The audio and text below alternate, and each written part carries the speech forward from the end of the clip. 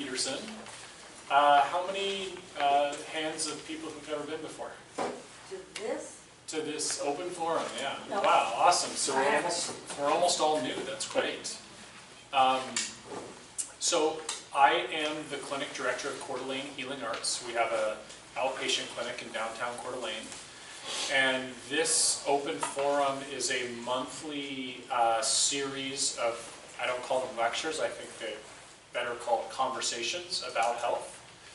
And each month at this same room and same time, first Wednesday of the month, 6:30, we get together and talk about all topics related to health, although I usually come prepared to kind of discuss a very specific topic that's usually promoted in the Pilgrim's advertisements and kind of around the store here. And so tonight's topic is around detoxification, and we're going to talk a lot about that.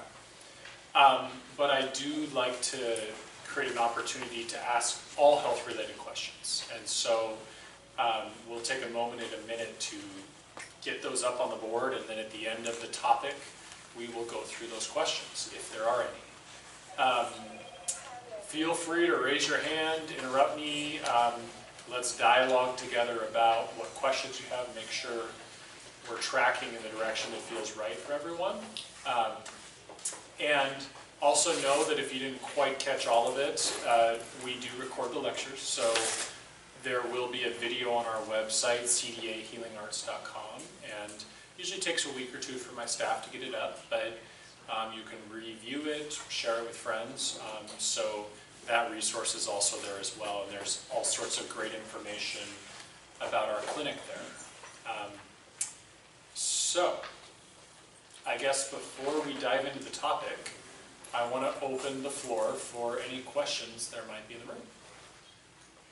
Any and everything related to health. Yes? What do you think of the Master Cleanse, or called the Lemonade Diet? Master Cleanse. Yeah, I can touch on the Master Cleanse.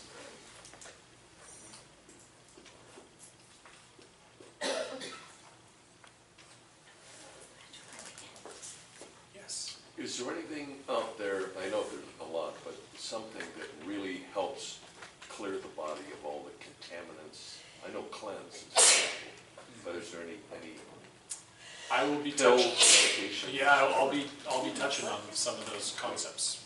Got that. Yes. What's your educational background? My educational background, yeah, I won't put that up, I'll just share with you guys. So I'm a naturopathic physician, and I was trained in Portland, Oregon for my medical training after I completed a 4-year undergraduate degree with all the prerequisites in basic sciences that's prerequisite to medical school. My medical education was a 4-year, year-round institution with pretty typical, like, medical doctors, 2 years of biosciences and 2 years of rotations throughout various healthcare settings and clinics.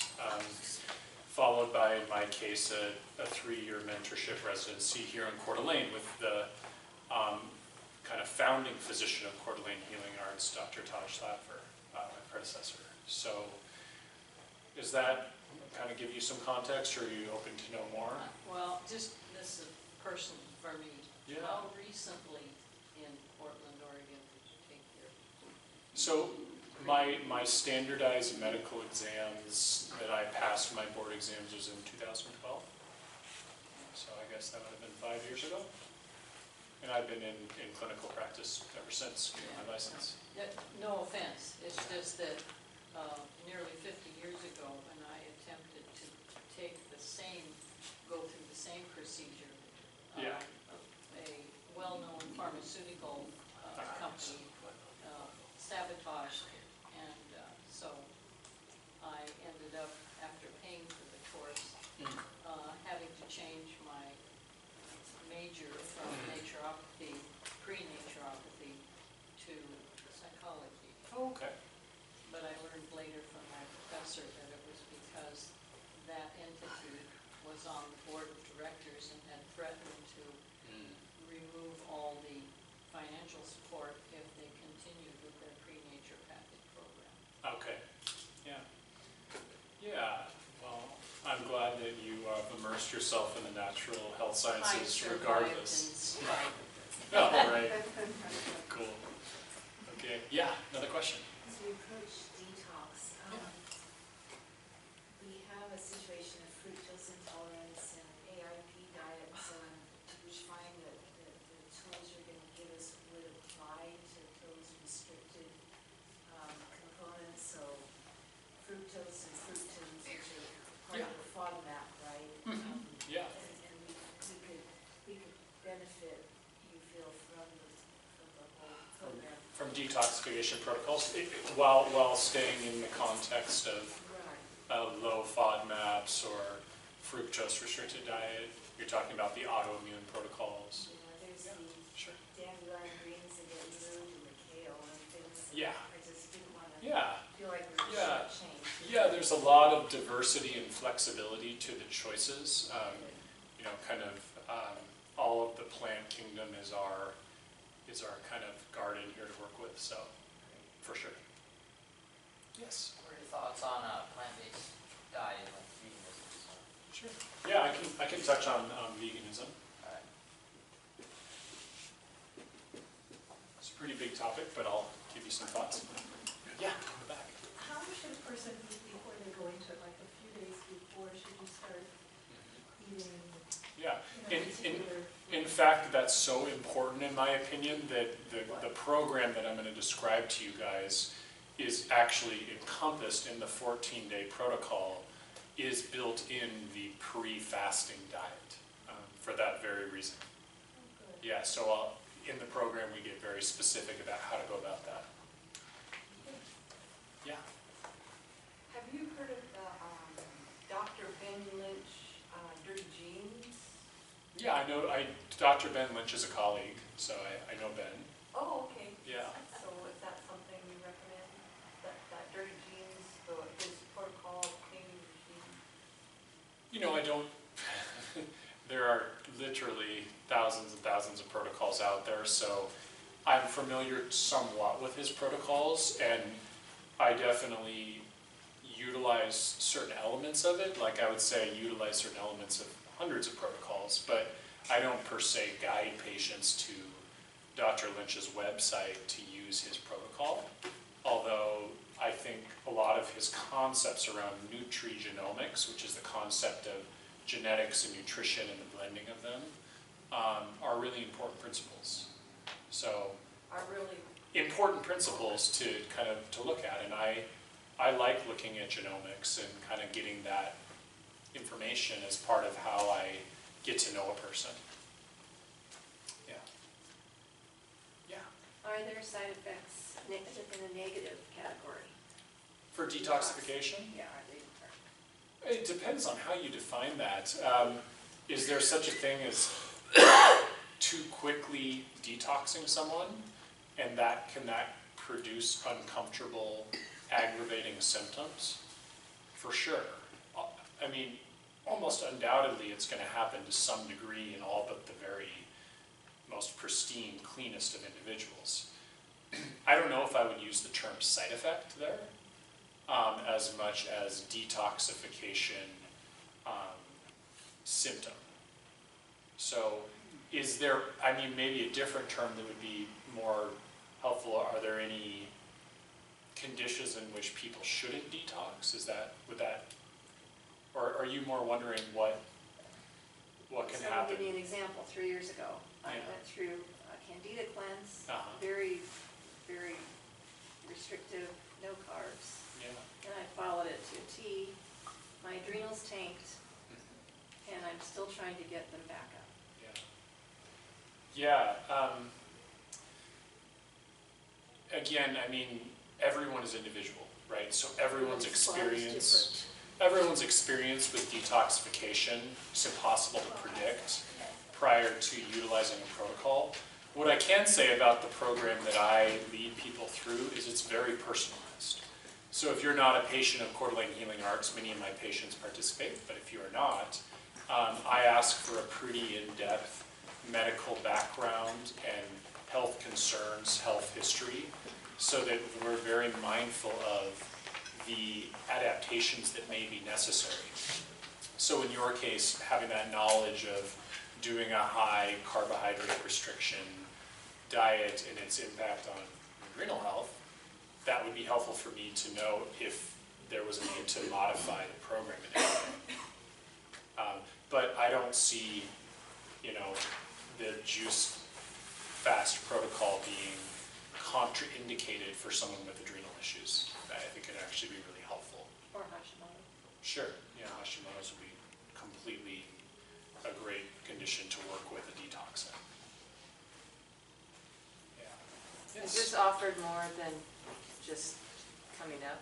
It is, yeah, it is. We do it in the Because I have fall. a feeling I won't be able to sign up for this one. 'cause Okay, we'll be yeah, out of yeah, town. we do it in the fall and the spring, and I do it individually with patients all the time, so I don't have any reason to think that I won't be offering it for many years to come, twice a year. Usually it's late September and then late April are the two times, kind of changing with the seasons.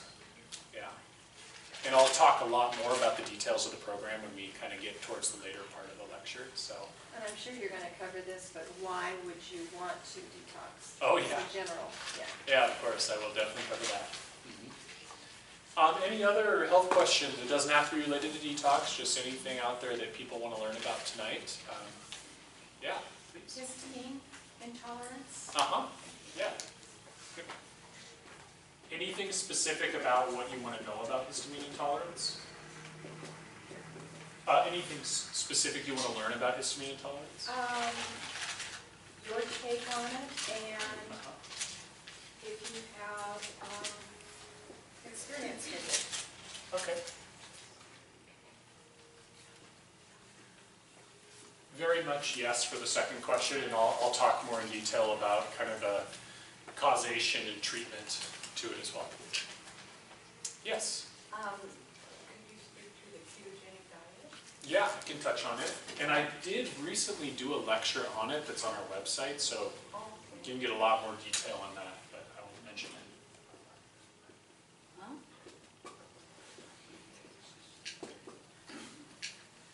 Yes? Lisa. So, my question is, about the Weston Price Foundation, I don't know if many people are familiar, but, just kind of the idea of, well, if, regarding all foods, like, for example, like the coconut oil or something, like, this is a superfood, and so, why is it that different people aren't able to, I guess, assimilate that or use that, because it sort of goes against, like, the blood type diet, and I guess another argument too is like the scientific basis for the blood type diet, how they do like the protein testing or something in a test tube, like they directly mix the person's blood type with the protein of the food that doesn't work together, but the food doesn't go right into our bloodstream, it goes right through our digestive tract first, so. Yeah, and again, there is I can answer that question more specifically, but there's a whole video lecture, I think, that's on our website, which you should check out, because it's on blood type. On what?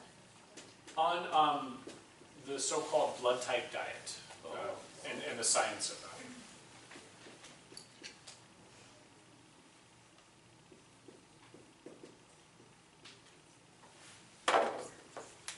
Yeah, in the back. When you enter into a detoxification program, should you stop taking all of your supplements and homeopathics and Yeah, we cover that in pretty specific detail in the first class. The general answer is no, but there's some caveats to that.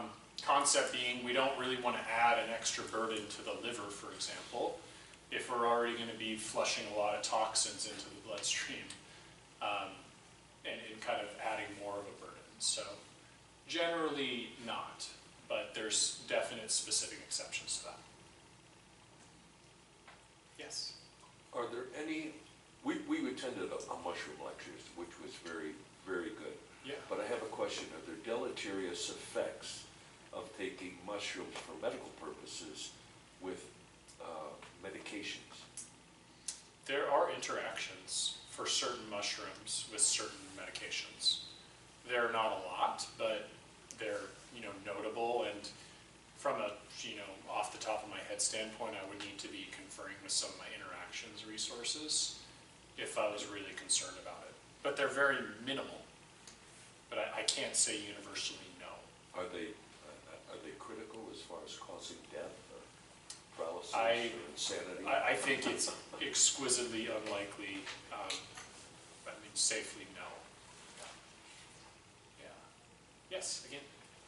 Can you detoxify your system by simply changing your diet to, say, a whole food, plant-based diet versus going through a 14-day cleanse? Absolutely. It has to do with the rate of detox that is going on. And I'll touch on that in my intro lecture and give you more depth to that answer. Is there any way to reverse Alzheimer's or dementia? Reversing dementia is what her question was. Can you reverse dementia or Alzheimer's? Can you? Yes, you can, but I think Lisa's more interested in maybe how, so I'll mention some of the main focuses there.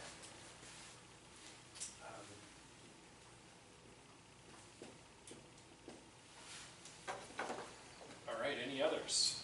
Any other questions? I have a question. Okay. What's the difference between Alzheimer's and dementia? One is the forget, and what is it, Alzheimer's is a specific form of dementia. So dementia is a greater overarching category that has several subsets to it. Alzheimer's is a specific set of pathological changes in the brain that characterize it. So, yeah. Is there anything one could take that grows hair? Make hair growing. All right, I'll take a stab at that one.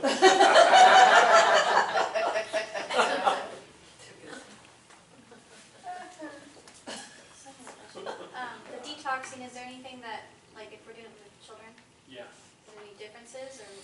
Generally, I'm very careful about how fully I would have a child participate in the program because the detox is caloric restricting. So if we were to do that, we probably want to talk a lot about significant modifications for pediatrics. Doable, but we'd want to really have a chat about it. Anything else? Any other questions? Okay. So I'm going to come back around to these at the end of our conversation. So just to be kind of sensitive and respectful of people's time in case we're running a little late, and we'll get to them. So today's topic is detoxification, principles, theory, practice.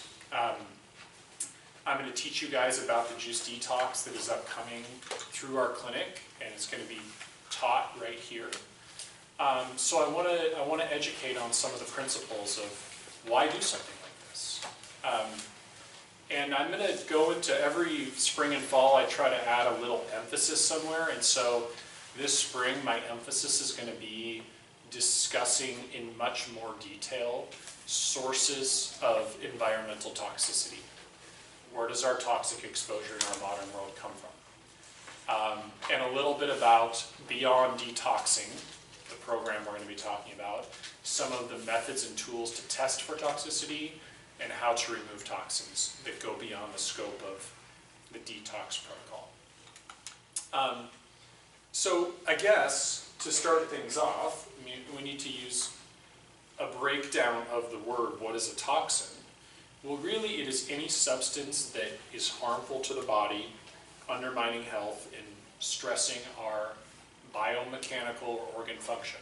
It's kind of a lot of fancy words, but anything that is harmful to our health, our cells, our tissues is a toxin. So how do we get toxins? Primarily through both internal and external forces. Most of us think that they're all external, but we actually derive a lot of toxicity internally. For example, our microbiome, right? This whole community of trillions of organisms that live in our gut. Especially if we got too much of the wrong kind around, they can make a lot of toxins that get into our body.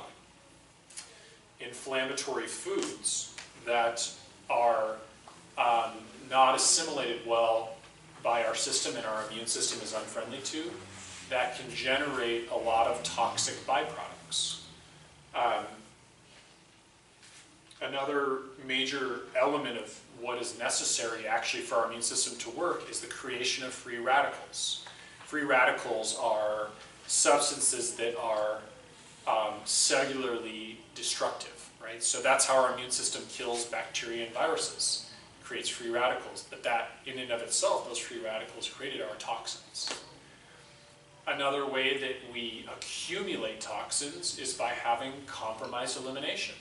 Huge concept with detoxing is improving, enhancing elimination. So when our organs of elimination are stagnated, our bowels, our lungs, our kidneys, our liver, we can accumulate a toxic burden internally. Also, I'd like to really point out that physiologically, we've actually been able to show this scientifically, that stress and toxic thoughts actually create toxins in the body. Metabolites break down products of neurotransmitters. Compromised functionality of our signaling mechanisms between our cells and tissues as a source of toxicity in our body. But I want to really elaborate for this specific topic on external sources of toxicity.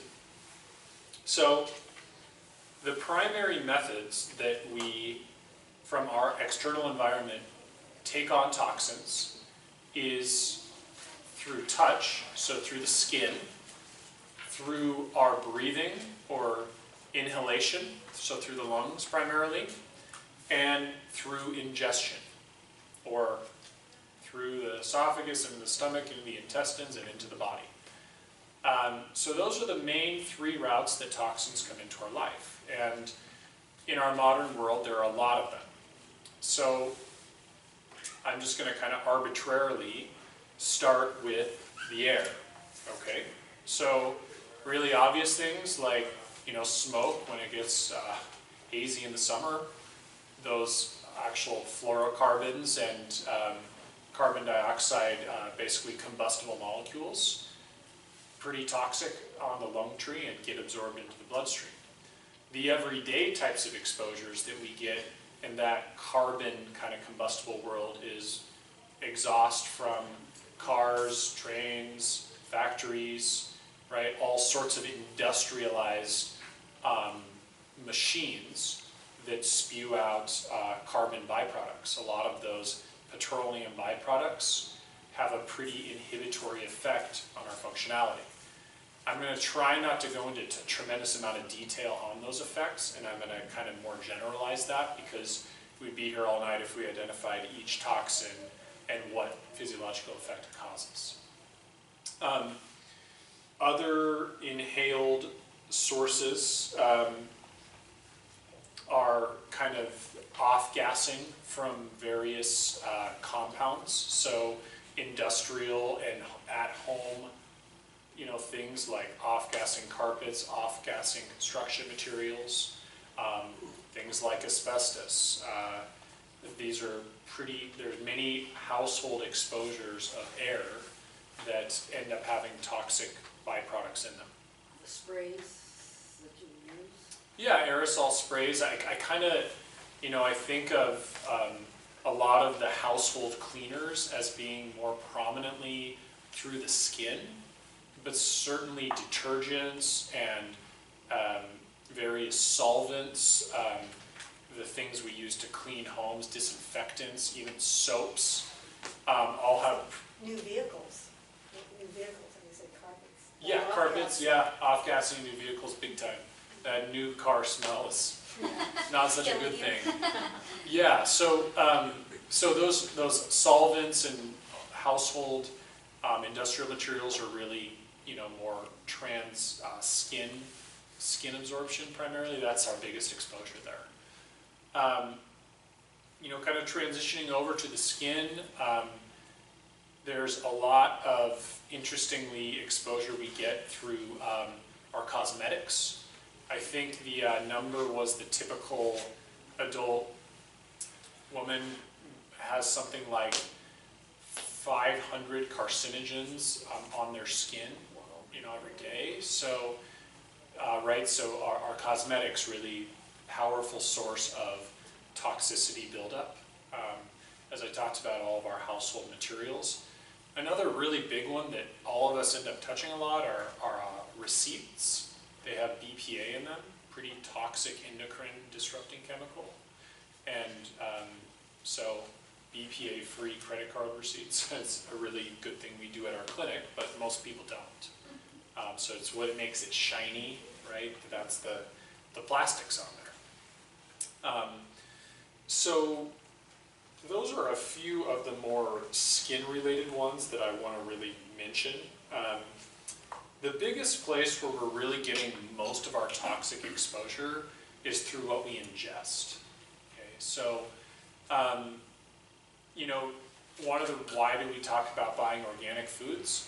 Because inorganic foods have a lot of pesticides in them, right? You guys have heard of Roundup or glyphosate, right? So this is a pesticide used to remove pests from our food, but has an incredibly toxic and accumulatory effect in the body.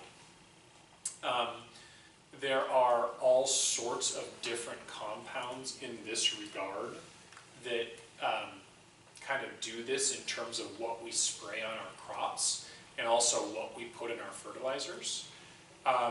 You can test some of these foods like Roundup Ready corn or soybean, and you can find dozens of toxins of basically carcinogens or endocrine disrupting chemicals or neurotoxins in these foodstuffs.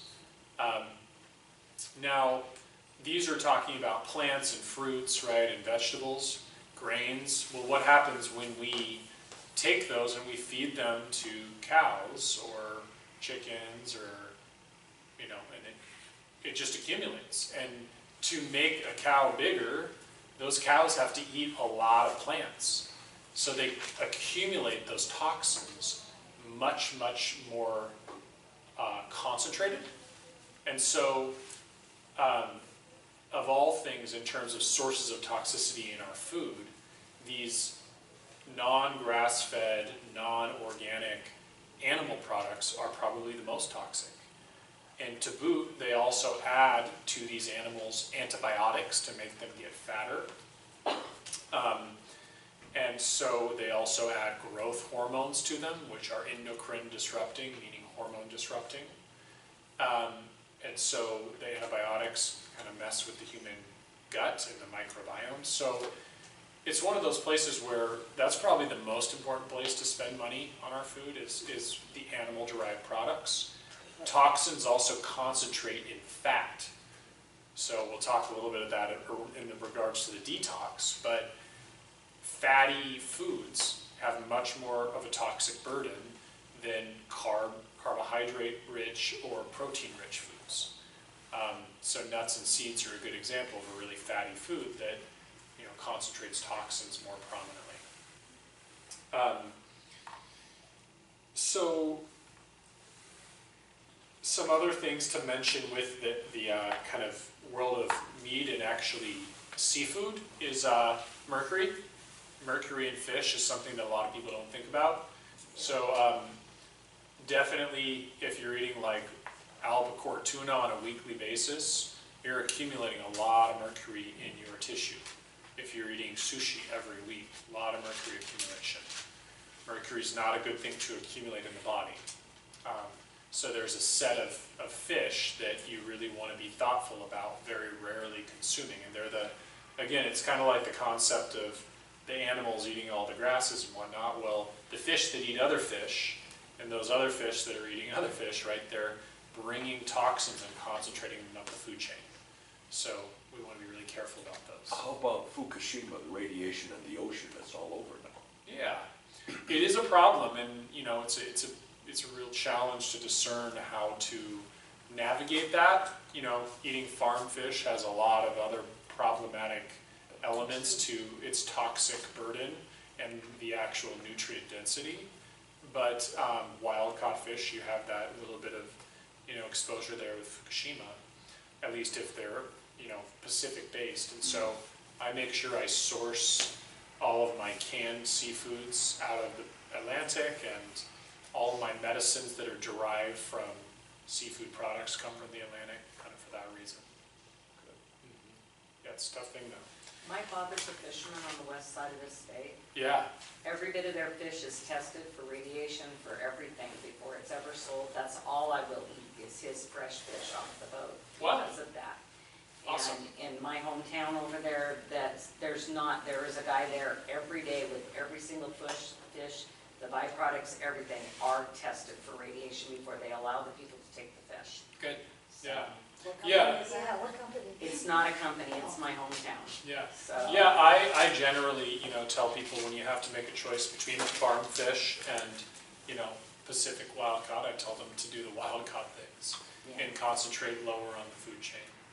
So, With yeah. my tuna, I get my own fresh white albacore from family, and Yeah, you know it's tested, and we right, you know we can it ourselves. So right, yeah. Another big place where we end up ingesting a lot of toxins is through our liquids, right? Our actual water.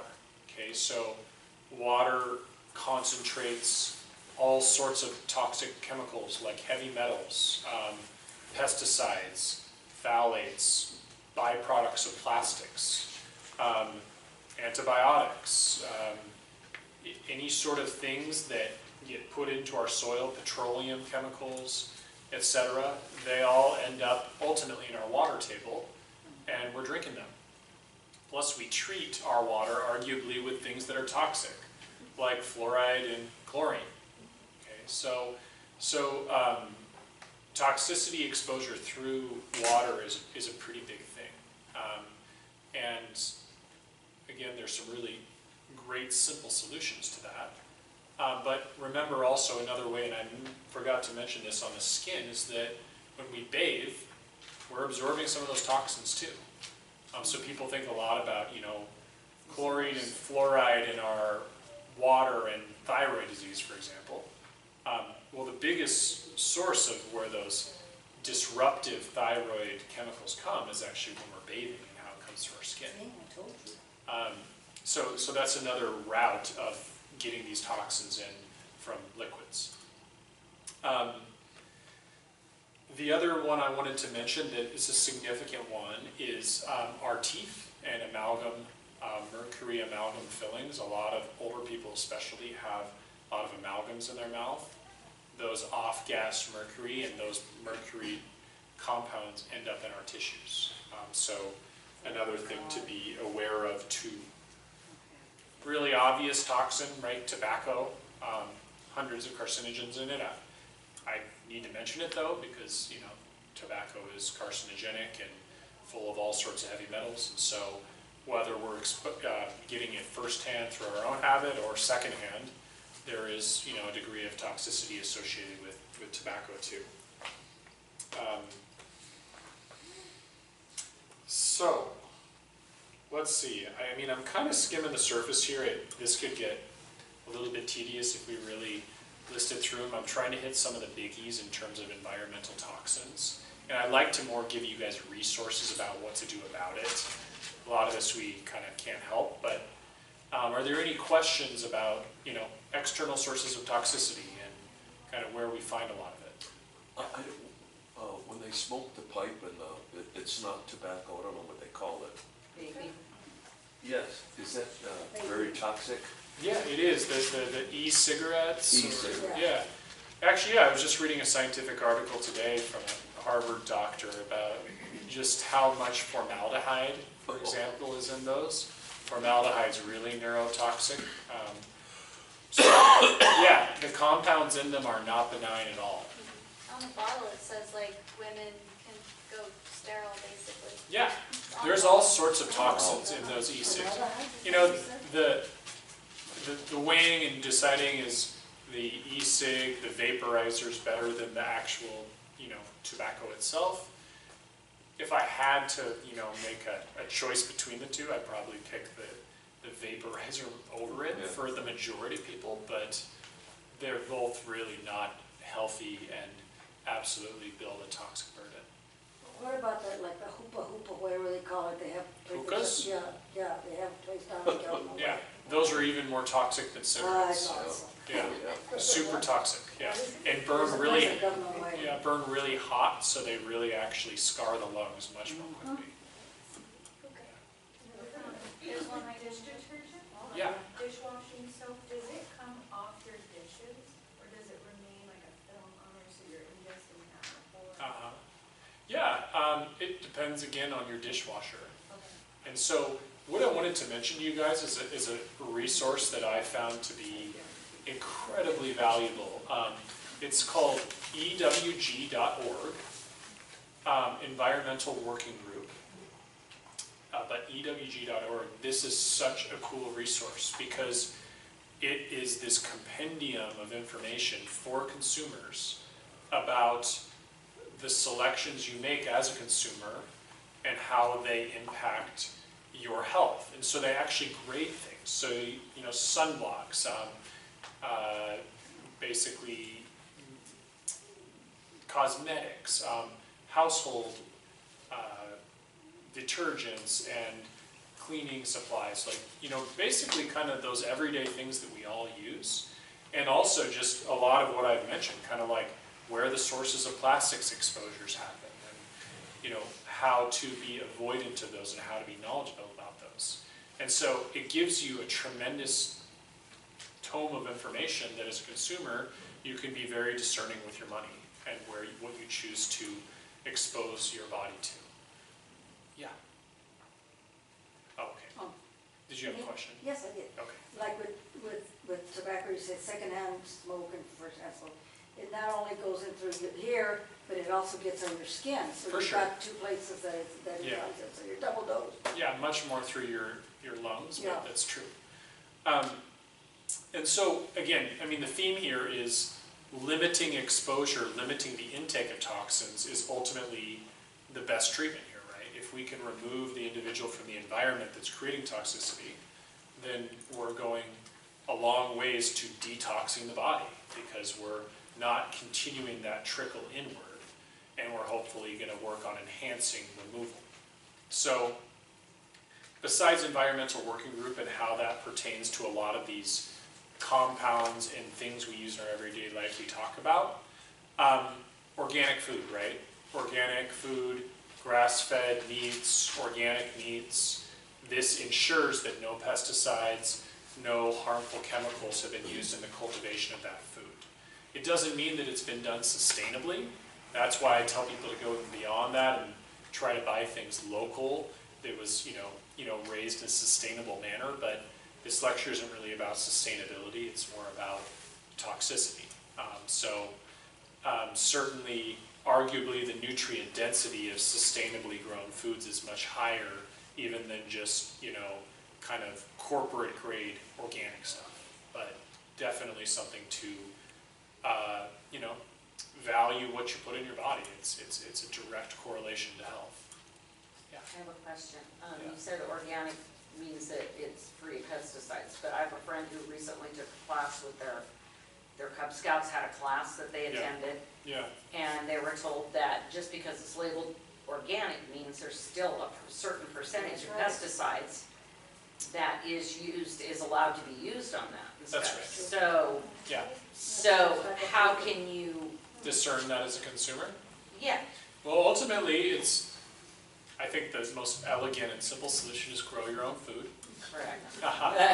But that's obviously not practical for where we live year-round. The second would be, truly buy local to the degree where you can get to know your farmer and where your food comes from. Otherwise, we as consumers, even as doctors, don't have a way, unless we research these companies, which is impractical, but we don't have a way of really knowing what actual practices are. And we could get into insanely minute conversations about organic, the USDA organic label and what it doesn't and doesn't protect. Right. But yeah, it is challenging. Even, you know, the protections we have are limited in efficacy. Yeah, so in other words, say a person lives totally in a city-type environment, they're more prone to being more toxic than a person that lives, say, out in the rural area that's away from stuff, or not? You know, it really depends, right? I mean, if they're in a rural area and they're working with solvents and fumes and machines and they're all over pesticides, I mean, they could have a lot higher toxic exposure. And actually you see in certain rural communities just astronomical rates of cancer because of some of those exposures. But generally, yeah, I would say someone who's living certainly like out in the woods, really far away from, you know, the city environment would have somewhat less exposure. So but the wild meat too is a lot, does not have as much. A lot lower. Yeah. Yeah, absolutely, wild meat. So another big deal besides the food part, let's go over to liquids, is filters for water, right? And again, an environmental working group has an awesome kind of central section of its website that will share with you some of its assessments. I've done my own pretty extensive research, and I will share with you guys what I feel is the most cost-effective and broad-ranging filter, which is called the Berkey. Berkey? Yeah, B-E-R-K-E-Y. It's a really affordable filter. It's a countertop filter. It was developed by the military about 30 years ago. You could pretty much take sludge and turn it into extremely pure water.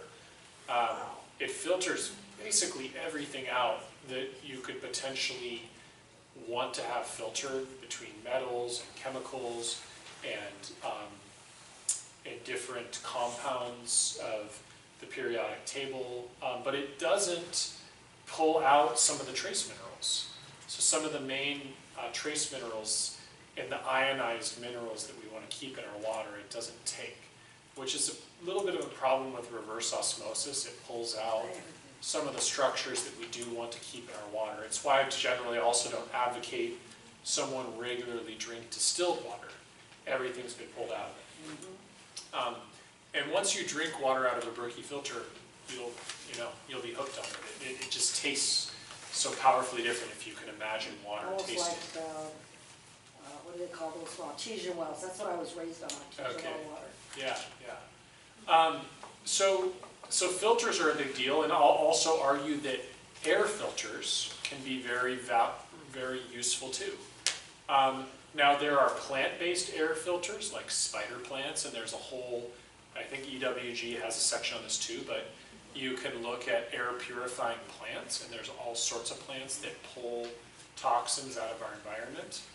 But more practically, HEPA-based filters, HEPA filters, are a really good choice. And again, there's a great section in ewg.org on filters and grades and kind of comprehensiveness. So that's something that's, would be very viable too. So practically speaking, those are some of the tools that limit exposure of us ingesting or breathing in or absorbing through our skin environmental toxins. Yeah? Do they have the Berkey filters for like your shower and your tub too, or for? They don't, because because of how powerful the filter is, it's a very slow filtration process. So they do not. And I would argue that, again, the health effects of toxins in our environment are way more amplified when they're ingested than when they come through the skin.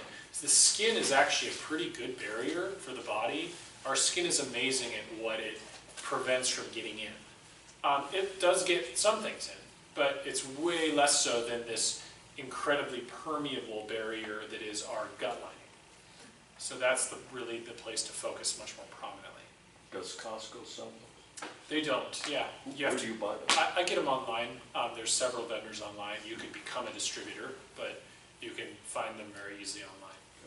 Yeah. In the back, yeah. Does your skin protect you when you swim in a chlorine swimming pool? You definitely absorb plenty of that chlorine when you swim in it. Yeah.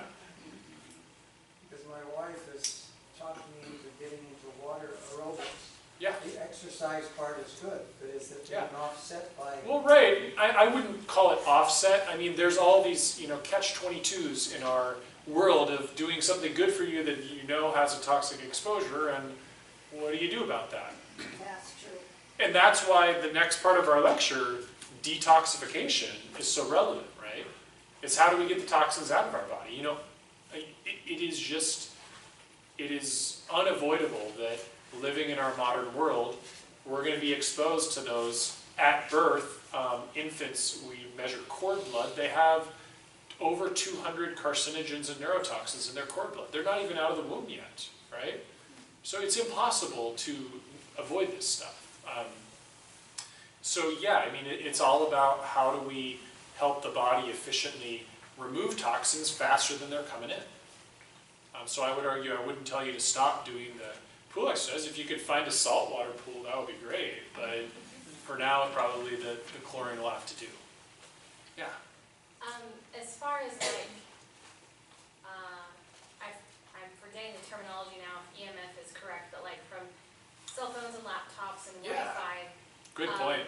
I don't know if that necessarily quite counts as toxins that accumulate versus something that damages, but is there, you see things like advertisements for things that you can attach to the back of your cell phone or under your laptop that are supposed to protect? And they do. Do they? And they do, yeah. Are there ones that are, do you have a recommended for? There was one brand, and I don't recall the name of it. I never put my cell phone in my pocket or anything, so I haven't invested in one. Would that maybe be on something that EWG would? Yeah, I think it would. Yeah, it would be worth looking at because, and you have to make sure, of course, it's flipped to the side that has it. It's not a two-sided thing, but yeah. Right. Yeah, no, it's a good point. I mean, it is we'll call it a source of, stress on the body is all these electromagnetic fields that are all around us. Some are much more toxic or destructive or disruptive than others, but it's actually a huge problem of our tissue and cellular health, all of these kind of fields that realign the functionality of our cells. A good point, thanks for bringing that up. Quick question. Yeah. So the skin, people who use lotion, is there oils that you can use that are better? Yeah, coconut oil, shea butter oil, those are two of my favorites. Jojoba oil are pretty good ones. Yeah. Castor oil? Castor oil has a lot of great health benefits, but I would not use it as a moisturizer. It would destroy all your clothes. But it's great stuff. I mean, I use castor oil every day in the clinic, so yeah.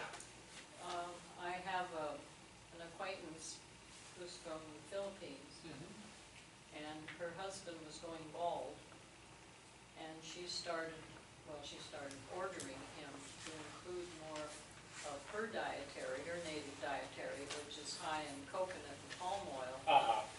And she began rubbing it on his head. He now has fuzz growing all over. Oh, cool. Awesome. To add to that, for my head, I've been applying 5 drops of rosemary oil to olive oil. Yeah, and apply it. Rosemary enhances circulation.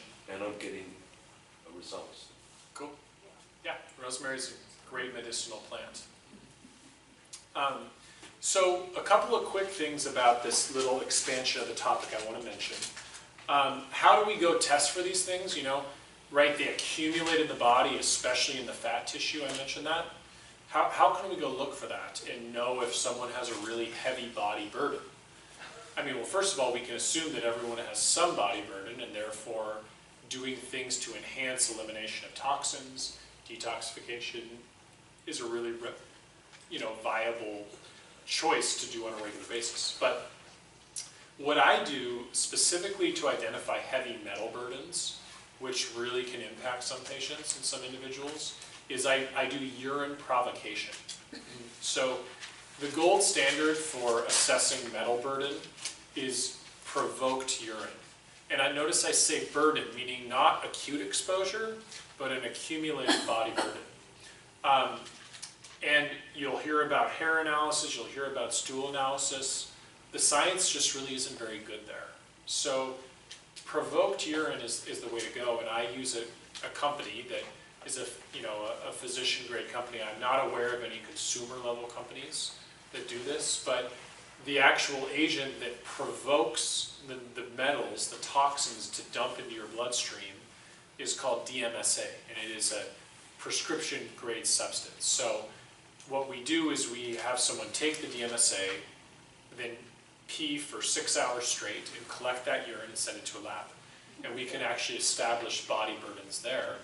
And once we know that, if there is a high body burden, we can go ahead and work on methods of removal of those chemicals and those heavy metals. So that's one of the main toxin tests that I do. Some of these companies offer very specialized tests for provoking out other plastics, other pesticides, other toxin byproducts. They're very expensive, and I find that there is so much we can do before getting to a place like that I've run just a couple ever in my practice at the request of a patient. So really, my main go-to assessment of toxin burden is these heavy metal tests. Of course, you can do more kind of generalized blood workups, etc. The problem with that is, how do we distinguish what causes that, right? We can't actually identify the compounds. We can only identify, oh, there's inflammation. Oh, the kidneys are compromised. The liver is compromised, right? But it doesn't tell us where it's coming from. So there's not a lot of other big testing methodologies. So what we really have to rely on is clinical history, right? What are one's symptoms? What is one's environment? What is their exposure? How can we correlate those two together? And that really gives us a good sense of what our suspicions could be. And again, there are all sorts of resources on Environmental Working Group and online about how to kind of, diagnose your home or diagnose your skincare products, diagnose your household products, right? So you can get in and really look at how to clean all that up. But generally, there's not a lot of other tests I utilize to assess toxic burden in terms of lab tests. Yes? What about mold? Yeah, mold, that's true. There is mold testing that can be done, not in the body as much, but you can absolutely assess mold in a home. I have a couple of mold inspectors in my referral book. When I clinically suspect mold is an issue, we'll actually come measure and look for mold. You can also do that with water too, right? You can go look at your water out of your well, say, and check for, toxic burden in that analysis. Yeah. What about those home test mold kits? I mean, that you Yep. just buy online and test your own home without... Yeah, the science there is not very strong with those. I always recommend, if we're really serious about it, to actually go and get an inspector and pay the couple $100 to do the inspection. Because they're doing way more refined and way more, the machines and the tools they have are just, they're very expensive, but that's why they charge a little bit to do the work, because there's, you just can't buy a kit online and reliably test mold burden. Okay, so I'm going to kind of set aside that piece and launch into the rest of kind of our conversation about toxicity, right? And I probably left out what I didn't emphasize, but right, probably the biggest sources of toxic exposure that accumulates in our body is malfermentation and digestion of the foods we eat. And so I really don't want to miss the emphasis of that, right? Because a lot of us are eating processed food. A lot of us are eating, they're not even foods, they're food-like substances. And the majority of Americans, that's the main centerpiece of our diet, is processed foods, added sugars, added starches. These have exquisitely small nutrient values and very high potential to develop toxic byproducts in the body. So I just want to make sure we're really crystal clear that that ultimately is probably our number one, by far biggest source of toxic exposure in our world. And unfortunately, we have to eat food all day, every day, and we have to be around all this delicious tasting processed food. And so it's kind of really hard to kick some of those habits sometimes. One of the best reasons to do a detox is it allows a bit of a reset. It allows us to have a really rigid structure from which to move our bodies and addictions, get a little separation from them so it can help us truly separate from some of the toxic foods we consume. So what are the symptoms of toxicity? We pretty much could associate any health ailment with toxicity.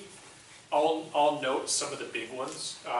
Fatigue, sinus or upper respiratory congestion, muscle and joint pain, insomnia, skin rashes, mood disturbances, the development of environmental sensitivities, the development of allergies to our environment, lowered immunity or frequent colds and flus, issues with breathing, asthma, wheezing, menstrual irregularities and problems for females. Huge one is weight gain. Huge one is brain fog, impaired cognition, compromised physical appearances, toxic malodorous urine, coated tongue, sallow skin, dull eyes, irregular bowels, gas, bloating, diarrhea, constipation, headache, all sorts of digestive problems, to name a few, right? So pretty common things. I mean, pretty much any symptom I run across, I could argue is a direct link to a toxic burden in the body that's causing the body to show us what that burden is and where it is. What about like bloody noses? Constant or frequent? Like... Yeah, frequent bloody noses could be. There could be a lot of causes to that, you know, in terms of vessel integrity. But How about smelly feet? yeah, smelly feet, definitely. Smelly feet. Sure. Yeah, so I mean, basically, that's not super discerning. I really think any health symptom we experience can be a result of accumulated toxicity. And in fact, most of the time it is. So thus, kind of our need to engage in detoxification. And just as toxins are the accumulation of substances that impair function and harm human health, detoxification is the neutralization, transformation, and removal of toxic burden from the body, either by reducing exposure or improving elimination, right? So we've covered in a nice way some of the reducing exposure, at least from an environmental standpoint today. We haven't talked much about the efficient removal and enhancement of removal, and so we'll get more into that. But again, remember, we talked a lot about food being a primary interplay of how toxic burden comes from. So most of the methods that we can use are going to focus somehow on our relationship with food. So in terms of how we can detox, there are very gentle methods. For example, we can use hypoallergenic diets, right? Or the avoidance of commonly inflammatory substances. So someone asked, well, could just eat a whole foods diet be a detox? Absolutely. So removing sugar from the diet and processed foods that turn into sugar promotes a profound detox for many people, even pretty healthy people.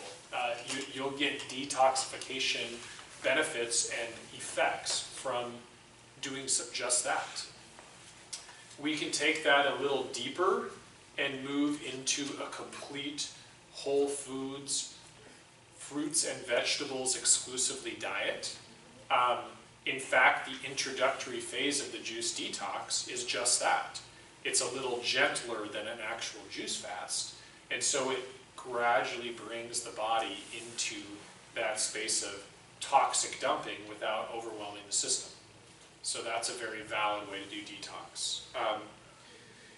There is a lot of product-based detoxification protocols, right? You'll go online and say, buy this package and this, program, and we'll give you, 20 pills a day to take, and this powder and that powder.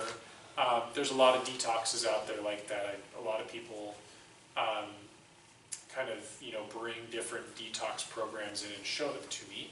Problem there is that a lot of those substances and all those powders and capsules take a lot of work for the body to break down and are pretty burdensome to the liver, as I was saying earlier. So I generally am not a fan of more, supplement-based detoxes, because I don't think they do nearly as efficient a job as a, food-based, nature-based detoxification protocol. And they often leave out the really important part of how to really promote and enhance elimination. Then we get into the realm of juice fasting. This is kind of the central arm of our detoxification protocol. It's a very specific protocol, but using vegetable juices, right, extracting all the fiber so that we don't have to actively digest anything, but we're concentrating all sorts of nutrients into our bloodstream. The Master Cleanser is a version of that.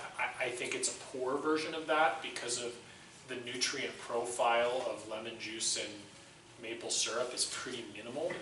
So the help you're getting to enhance detoxification is pretty limited on the Master Cleanse, but you're also getting a good caloric intake, so the rate of detoxification is not as extreme. That opposed to a water fast. A water fast means that you don't eat anything. All you do is drink fluids, and those fluids are just water. All of your energy is being metabolized and broken down from your own tissues. Of course, all of those tissues are where all the burdens of toxicity hang out, right? So it's an incredibly aggressive detox, and really should only be utilized and done in an inpatient setting, for more, at least if it's being done for more than 2 or 3 days.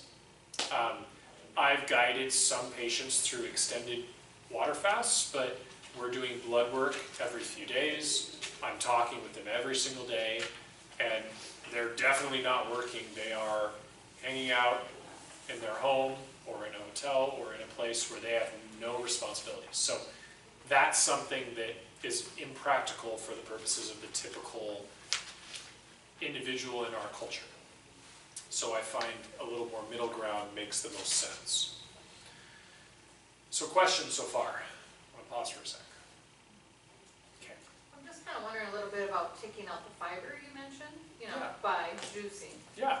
So that's... Yeah, there's in the program we account for that in terms of keeping the bowels active, right? You would not want the bowels to stagnate and keep recirculating those toxins, so we're very methodical about how to keep the intestines eliminating while still doing a juice fast.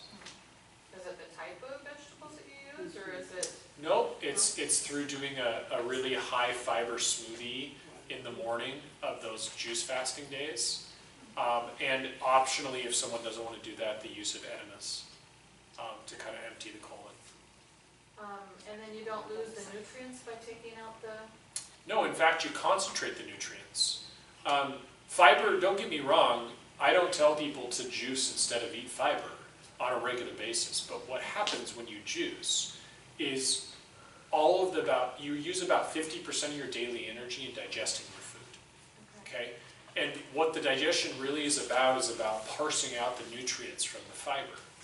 There's a lot of action that goes on in that process, and so when you juice fast, you are taking in calories and densely concentrated nutrients, not having to digest them. So you're essentially freeing up 50% of your daily energy expenditure and being able to reallocate that to other uses in the body, such as detoxing the liver or deep cleaning cellular debris that is accumulated. So there's a real huge benefit physiologically to the fasting state, and that's why we do that. I would never recommend someone do that unendingly, because because there's a lot of physiological benefits fiber gives us that we need. But for these purposes, freeing up that energy is really important. Yeah. What is your opinion on colonics while you're... I love colonics. In fact, we have a colon hydrotherapist that has a space in our clinic, and she comes into the first lecture and shares a little bit about her practice and how to utilize that most appropriately. The best time ever to get a colonic is during a detox, because you'll get way better results from it when the body's already loosening everything up and getting it ready to get rid of. And what about the home colonics? I've seen some... Enemas? No, they're actually colonics that you do at home. It's colonic board. Okay. I can't really speak to that. I don't have a lot of knowledge about that, although colonic hydrotherapists have to undergo a lot of training to know how to safely do colonics. So I'm a little leery of that concept, just because of the nature of what a colonic is and how to self-administer a colonic. It's hard to imagine how that would work. Yeah. Yeah. What about using psyllium husk on a regular basis? And then what about coffee enemas? Yeah, I mean, coffee enemas, if they're done correctly with the right kind of coffee bean and the right dilution, can have some really stimulatory effects on the liver. So with very, very, very select patients, I might consider a coffee enema, but it is not part of our detoxification protocol. It's too stimulating for most people. And it's very difficult to do them correctly. So I don't generally advise them. Psyllium is a great fiber, so is chia, so is flax, so is, things like, let's see, another favorite of mine is milk thistle seed. I mean, it's just a good fiber. So there's a lot of good fibers, and I like psyllium as one of them. Okay. Yeah. You said how water fasting takes toxins out of your tissues. Really quickly. Yeah, does juice fasting do the same, since it's like very low caloric? Well, the water fasting, so all of your to keep alive, to keep living when you're water fasting, all of your energy that you burn to make your heart beat and think and move your body comes from what you already have in your body, right? So that means you're breaking down fats and you're breaking down your tissue very rapidly. It means you're dumping those toxins that are stored there more rapidly than if, say, you were juice fasting, where you're bringing in 1,000 to 1,500 calories a day. So the rate of breaking down your own fat is a little bit slower.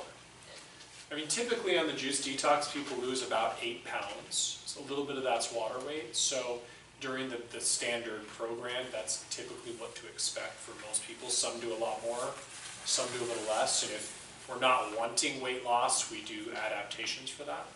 But if you were to water fast for that period, you would lose a lot of weight. So it's just too aggressive for most people.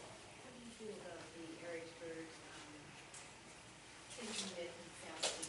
Yeah, I love intermittent fasting, and I did a lecture on that too. Actually, last year's detox lecture, I expanded out into intermittent fasting.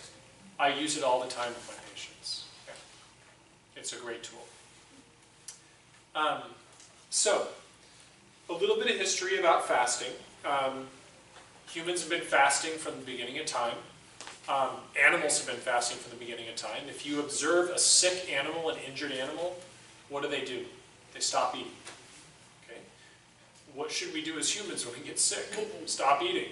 Right? It's the #1 cure for acute illness. So I use that every day when I treat acutes in the purposes of healing the body. Okay? So it's pretty ancient, it's pretty universal. Traditions for humans, civilizations, religions, cultures, all are infused with fasting.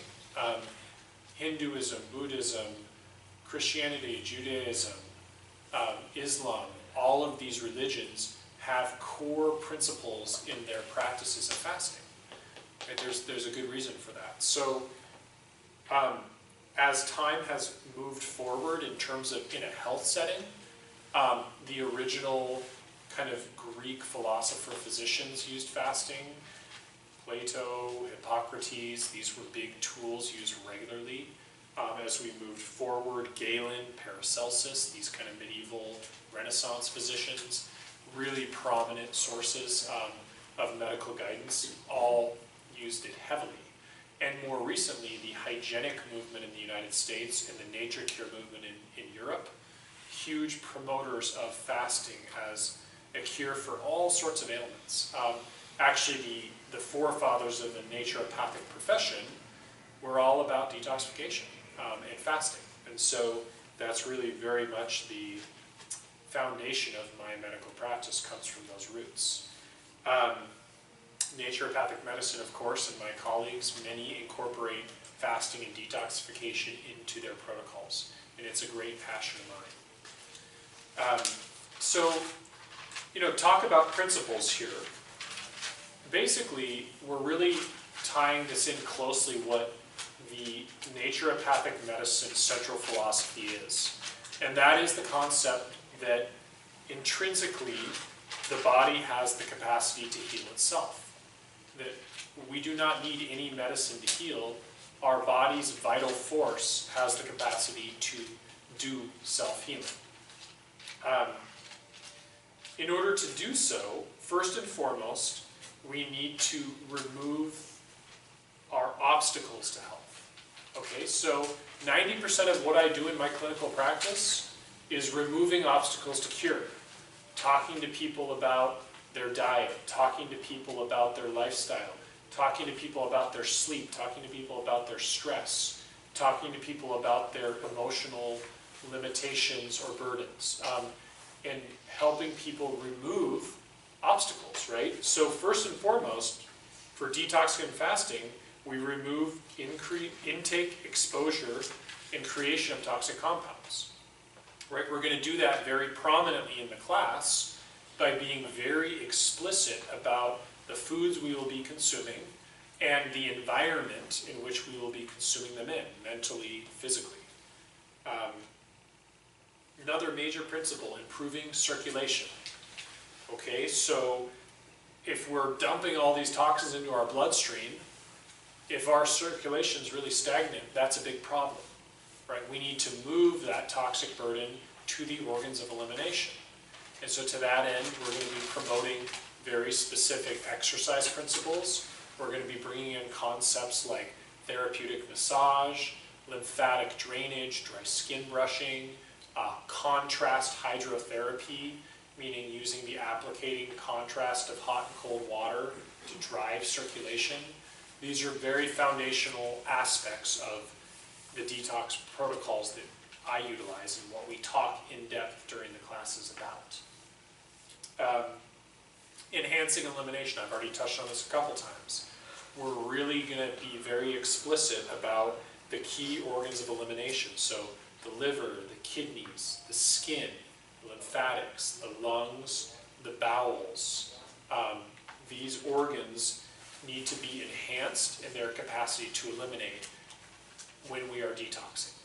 And so we're going to, again, go into it in the class, a lot more in-depth strategies, not just for the detox, but really long-term. What are the things to help these organs be more efficient?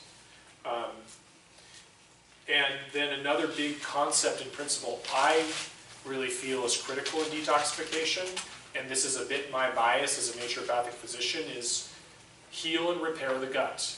I really feel that our guts, our digestive tract and the associated digestive organs are the seat of our health.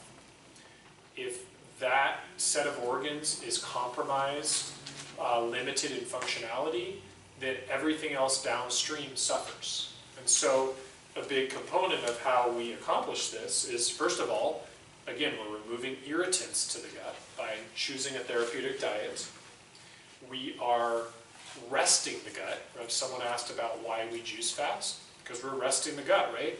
Our guts are constantly working. So doing a juice fast is an incredible opportunity to turn over those rapidly repairing cells of the intestinal lining and to really reshape our microbiome or our flora that live in our gut. So that's a major principle that we're going to focus on in this detox.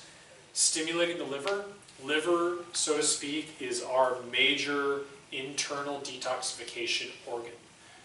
It is the most responsible set of tissues for processing and metabolizing toxins that flow through our blood vessels, our circulatory system, and out of our body.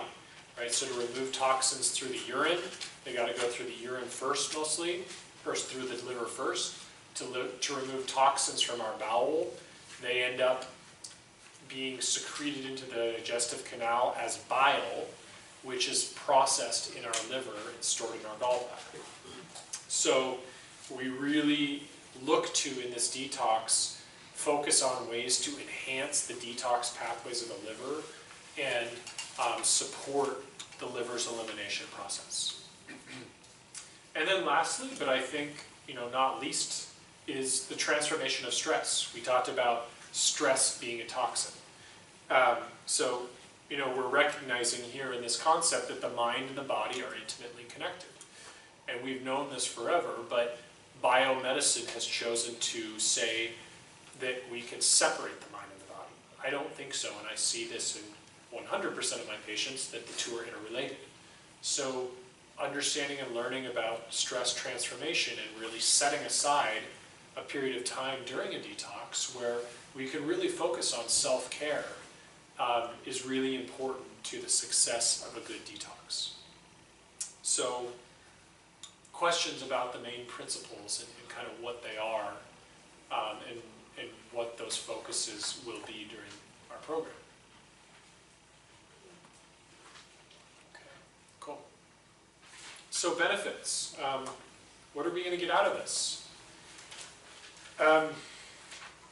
Increased vitality, energy, that's a huge one. Stamina, another big one that everyone almost universally relates to during this program and at the end of it. Reducing allergy and congestion symptoms, chronically congested sinuses, seasonal environmental allergies dramatically reduce often. Improved digestion, improved digestive function, removal of digestive symptoms.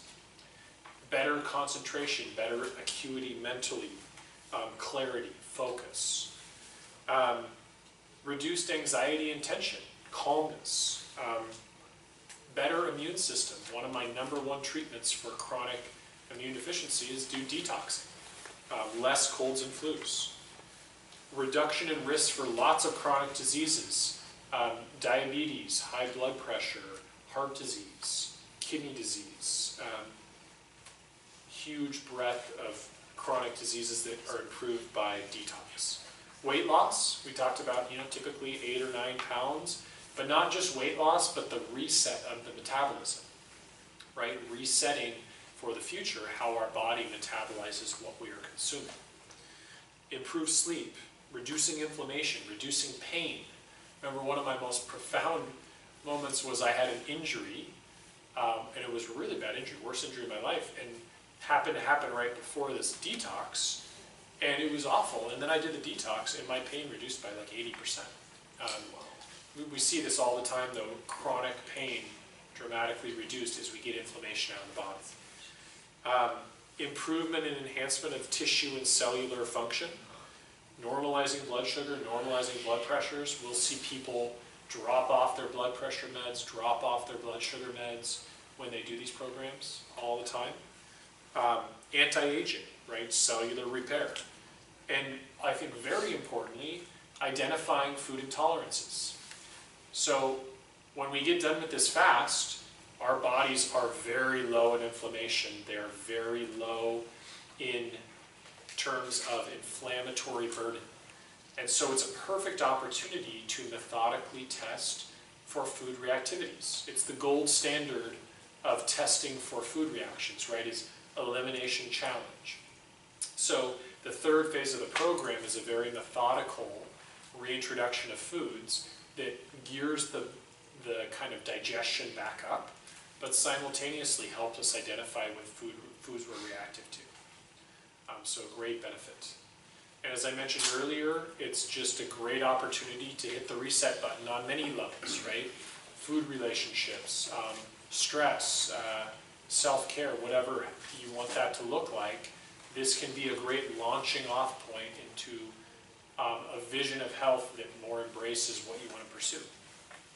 So some of the benefits, to name a few, many more also. Questions? Yeah. So how many days is the actual juice fast? Yeah. Out of which of these? The standard program, I'll mention the program a little bit, is 5 days of juice fasting. Many participants extend that. Every once in a while, people don't quite make it there, and we consult very individually about how to do that correctly if you don't get to the 5 days. But 5 days of juice fasting. Yeah.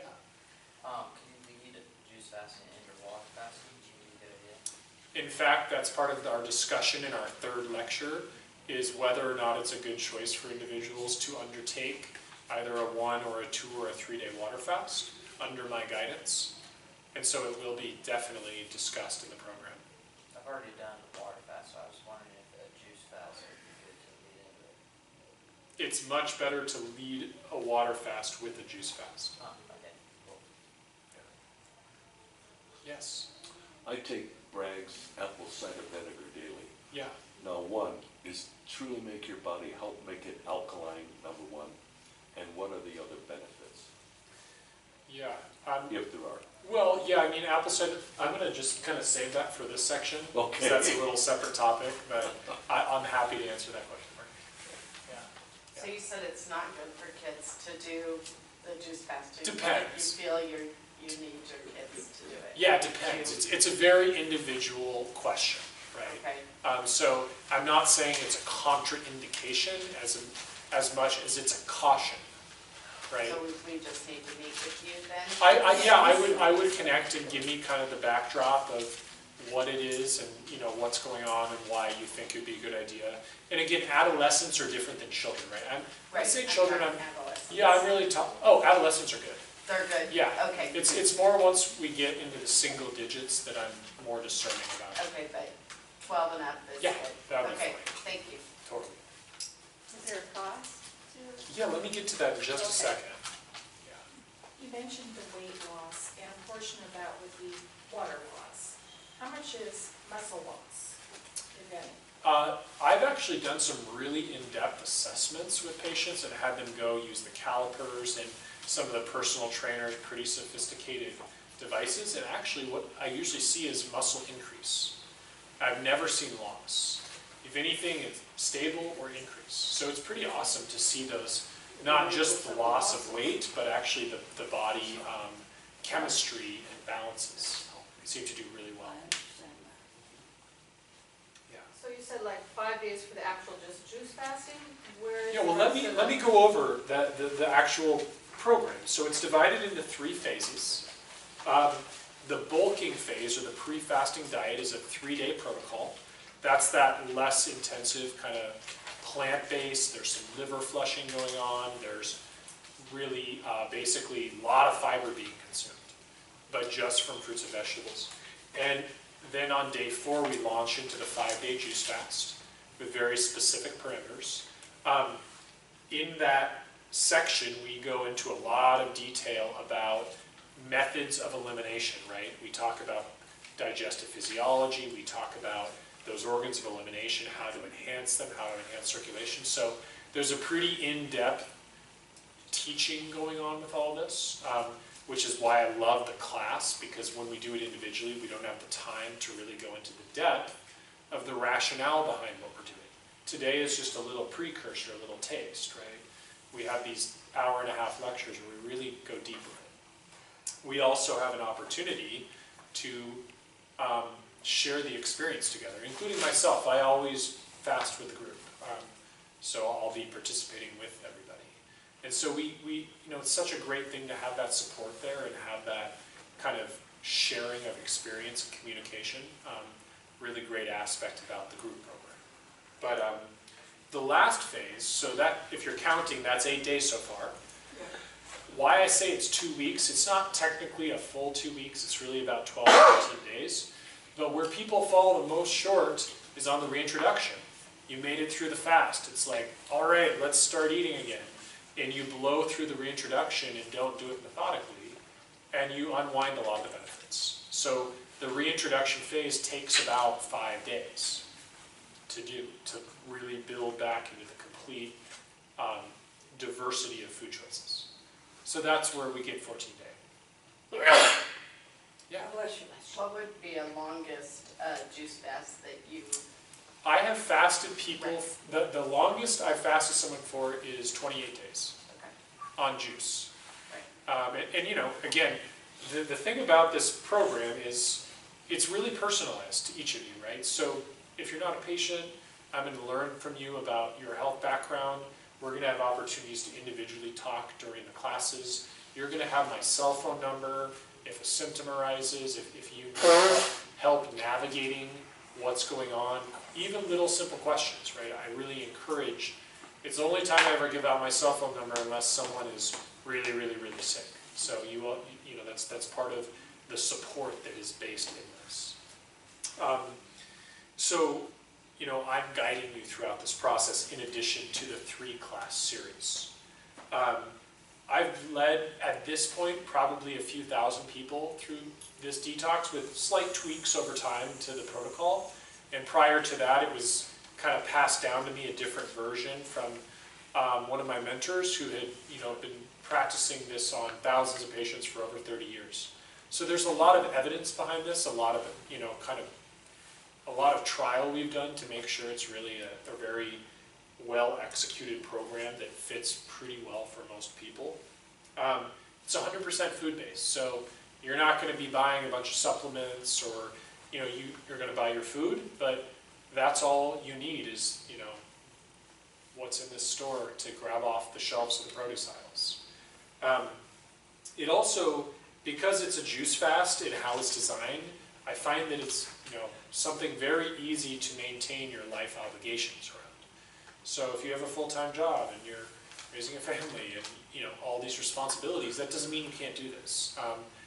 It's going to be more challenging if you're having to cook a dinner for, you know, 7 people and you're not going to get to have it, but it's character building, right? So my wife's very kind and does it with me every time we do this. So,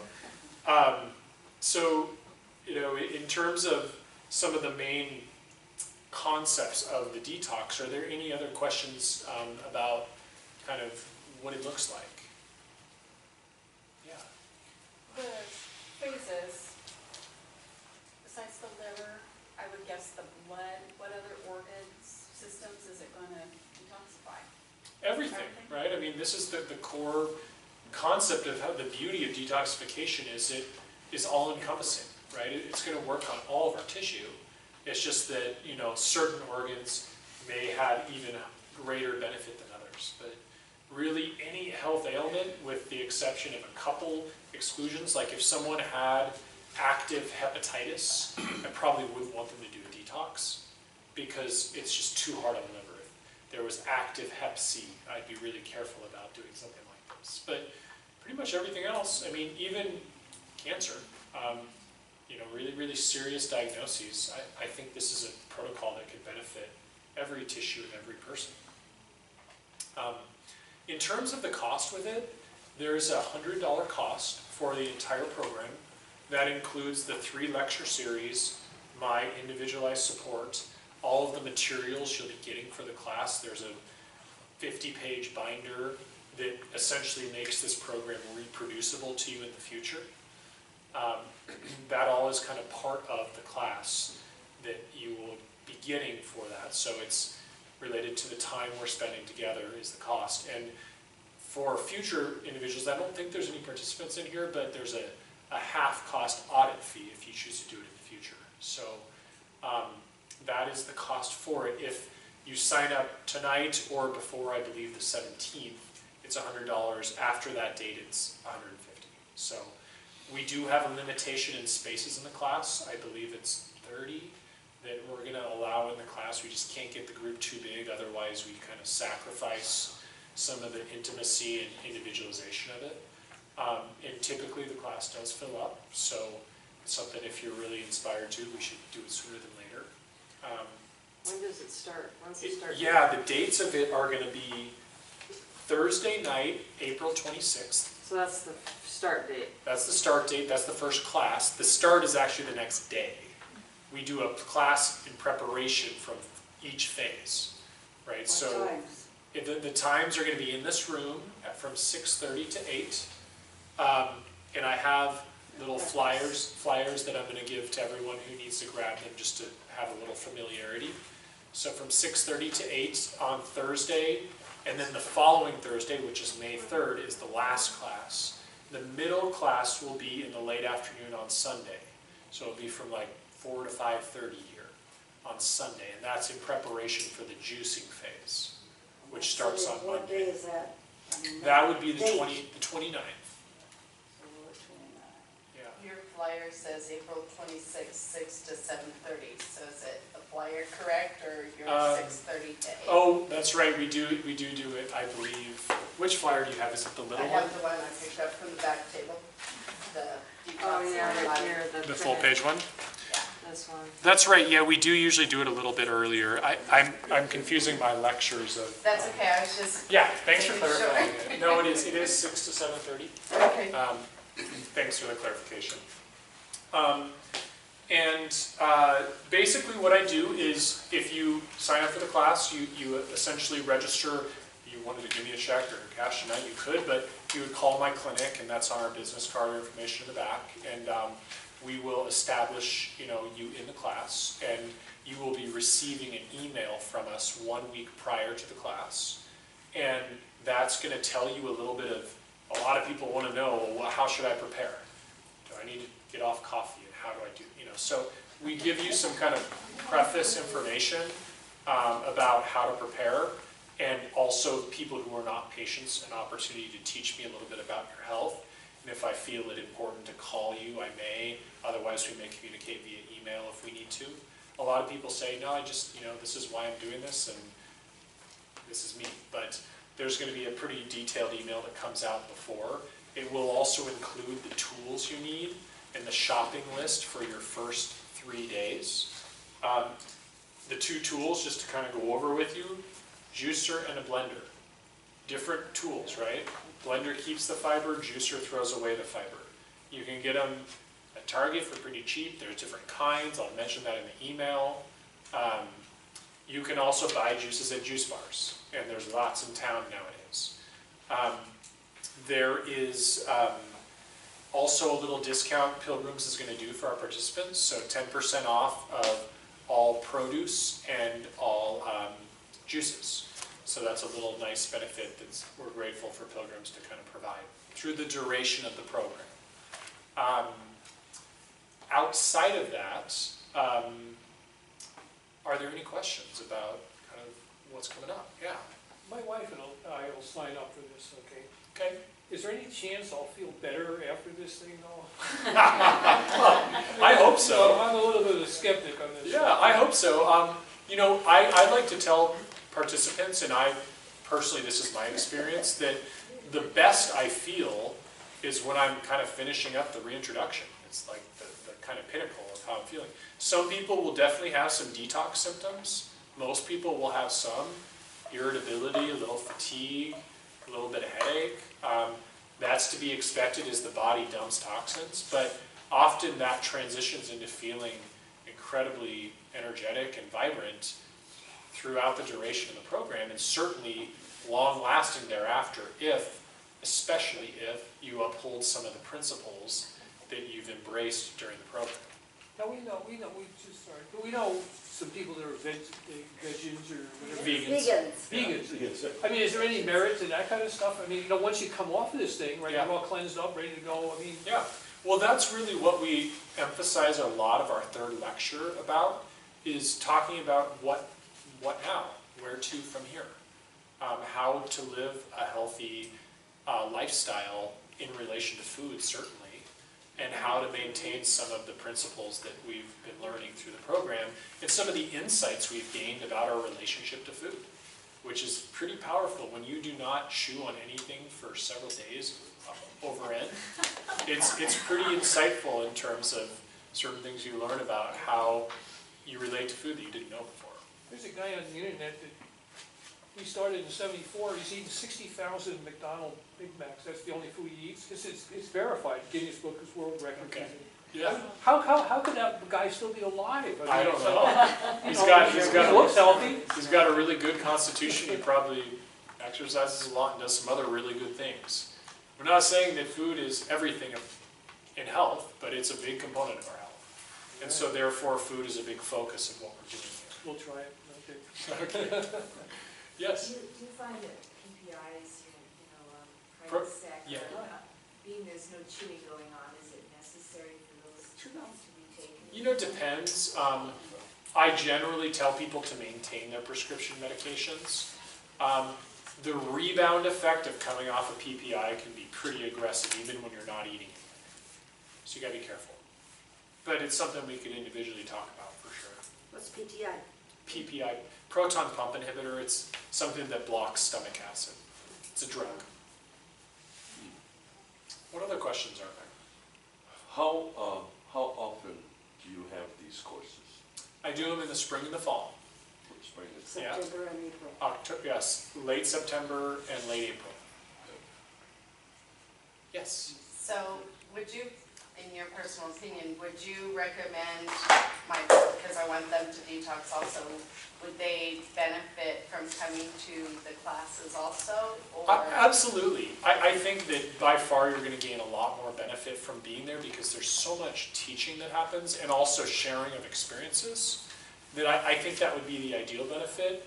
And if it was going to be like a family truly in a big group, I could kind of chat individually about maybe doing a little something to offset cost a little bit. If that was a real important value to get everyone involved. Right, that's what I'm thinking.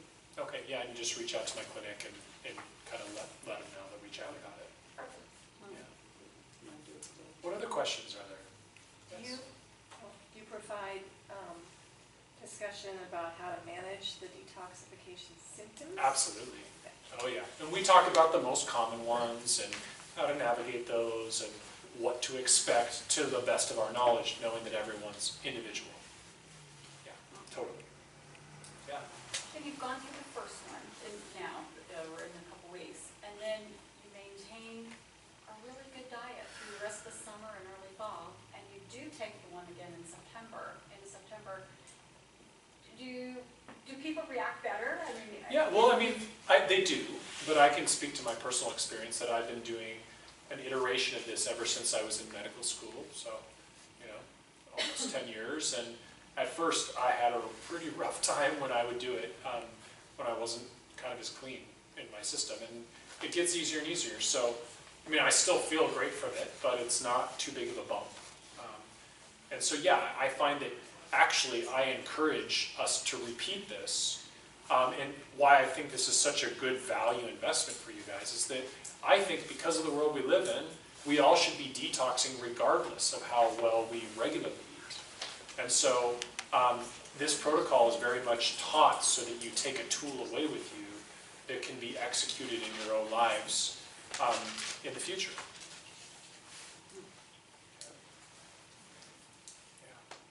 Yes. average daily calorie intake? Depends on how aggressive we want the detox to be. There's variability, anywhere between 1,000 to 2,000 calories. You're usually going to average out at 1,500.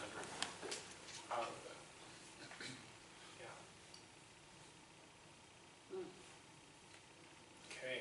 So we can give you a check tonight? Yes, yeah, and what I would say is if it's something where you can write a check to Coeur d'Alene Healing Arts and you can just leave it kind of over here on the side if you want to just be a participant and make sure you sign up in the back and identify that paid with check. There is a sign-up sheet for the class in the back. If you want to be in the class, I would recommend but you want to pay by credit card or something, sign up. My staff will be reaching out tomorrow to the people from tonight's lecture to try to register you and make sure to save a seat. I think we already have 8 registered, so just make sure you get your name on there, and we will be making phone calls even tomorrow and Friday. And if you're still interested, but don't want to commit, then just take a flyer and make sure you give us a call to register, and we'll make sure to get you there. Okay, and I believe I'm asking for phone number and email, so if we can just include that info in the back, that would be awesome. Any other questions about the logistics of the class? Oh, no, don't forget about hair growth. I will. We'll get to that. So, thank you all so much for coming. I'm going to stay and answer these questions, but for those of you who want to scoot, I do have our sign-up sheet in the back. I have information about our clinic in the back.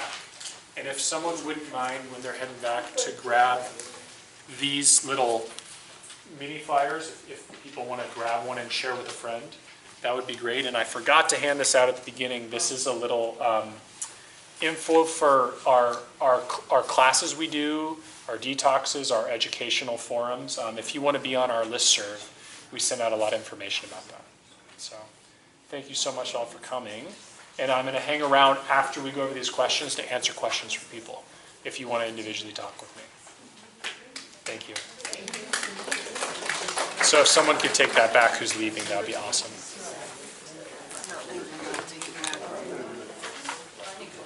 Okay, so Master Cleanse. I think I briefly addressed that, so is that sufficient for you to have the question about it? Yeah. Okay, cool. Thank you. Veganism, is veganism something that I would advocate, I guess. What is veganism? It's the complete removal of all animal products from the diet, and that includes dairy and eggs. Okay, so essentially you're deriving all your nutrition just from plants. Can you be a healthy vegan? Absolutely. Is it challenging? Very much so.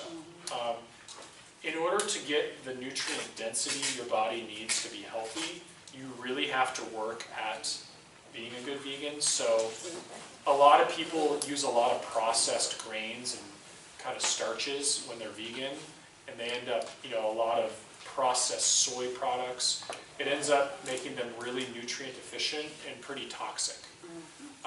So I really think it's challenging to be a good vegan, because when you have animal products, what you have is a tremendous concentration of nutrients. And so if they're really, really clean animal products, I think that you're very, very well off to create a balance of nutritional intake. Now, does that mean you eat animal products all day? Absolutely not. Still, as our human design, we should be eating probably 70% of our intake from fibrous vegetables. But that 10 to 20% of animal-based products, I think, can be really valuable as high-density sources of nutrition. And there are some nutrients you can't even get from plants. A good example is B12. Right? We only get that from animal sources, basically. So, veganism also, I really think, is genetic specific to a degree. So, when we're looking at blood type, for example, I think that A blood types function a lot better as vegans than O blood types. So there's a little bit of an individual genetic kind of underpinning to this too. So does that give you a little help with veganism? That was your question, right? Okay, cool. Histamine intolerance. Great. Experience with it, yeah. So I treat a lot of people, not every day, but often.